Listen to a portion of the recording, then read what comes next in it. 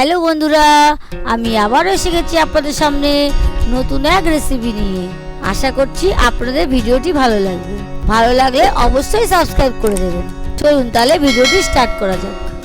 প্রথমে আমি 600 চাল নিয়ে নিলাম একটা পাত্রে। নিয়ে আমি চালগুলো ধুয়ে নিলাম। ধুয়ে আমি 5 মিনিট ভিজিয়ে রাখবো।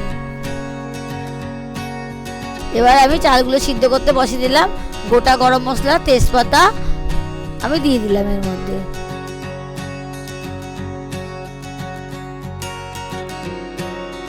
চালগুলো সিদ্ধ হয়ে এসছে দেখুন। এবার আমি নামিয়ে নেব এটা।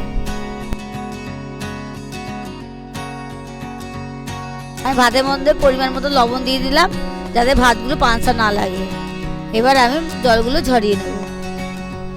ঝরিয়ে নিয়ে আমি এর মধ্যে চিনি দিয়ে দেবো। গরম থাকতে থাকতে চিনি দিলাম যাতে চিনিগুলো গলে যায়।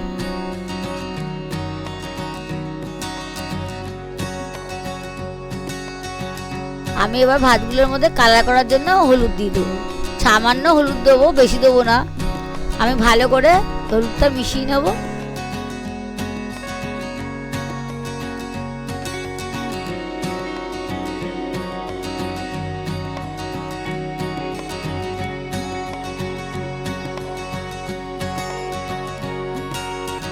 কালারটা দেখুন হালকা চলে এসছে।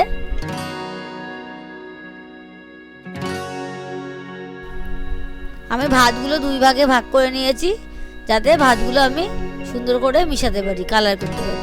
সব ভাত একসাথে নিলে মিশাতে অসুবিধা হবে, তাই আমি দুভাগ করে নিয়েছি। কালারটা কিছুটা চলে এসছে দেখুন। আস্তে আস্তে কালারটা হয়ে আসবে।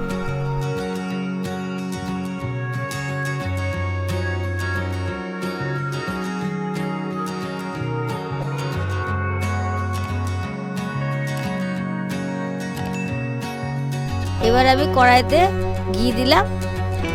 যে ভাতগুলো আমি কালার করেছি ওগুলো আমি দিয়ে দেবো। আমি এবার এটা ভালো করে নাড়বো। ভালো করে ঘিয়ের সাথে আমি মিক্স করে নেব। দেখুন আস্তে আস্তে সুন্দরভাবে কালারটা এসে গেছে।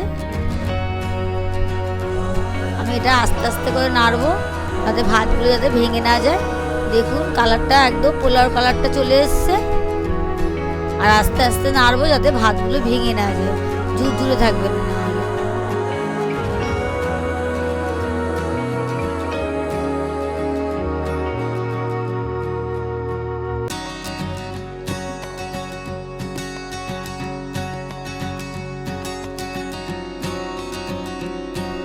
এবার আমি একটা প্যানে ঘি দিলাম।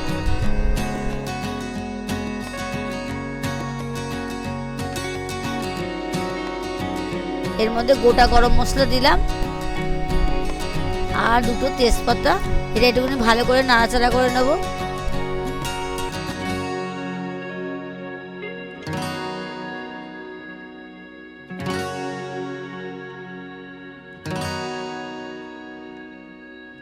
এর মধ্যে কাজু আর কিশমিশগুলো আমি দিয়ে দেবো।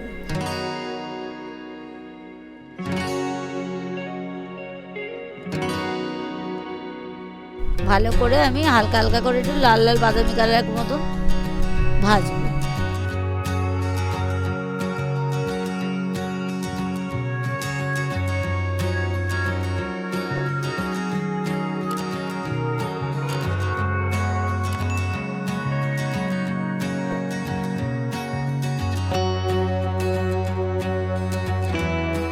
আমার ভাজাগুলো হয়ে এসছে। আমি এবার পোলাওর মধ্যে আমি দিয়ে দেবো।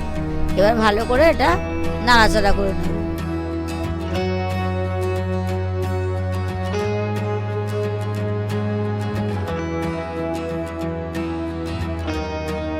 রেডি হয়ে গেল বাসন্তী পোলাও। ভিডিওটি ভালো লাগলে আপনারা লাইক, কমেন্ট, শেয়ার করতে ভুলবেন না। ধন্যবাদ।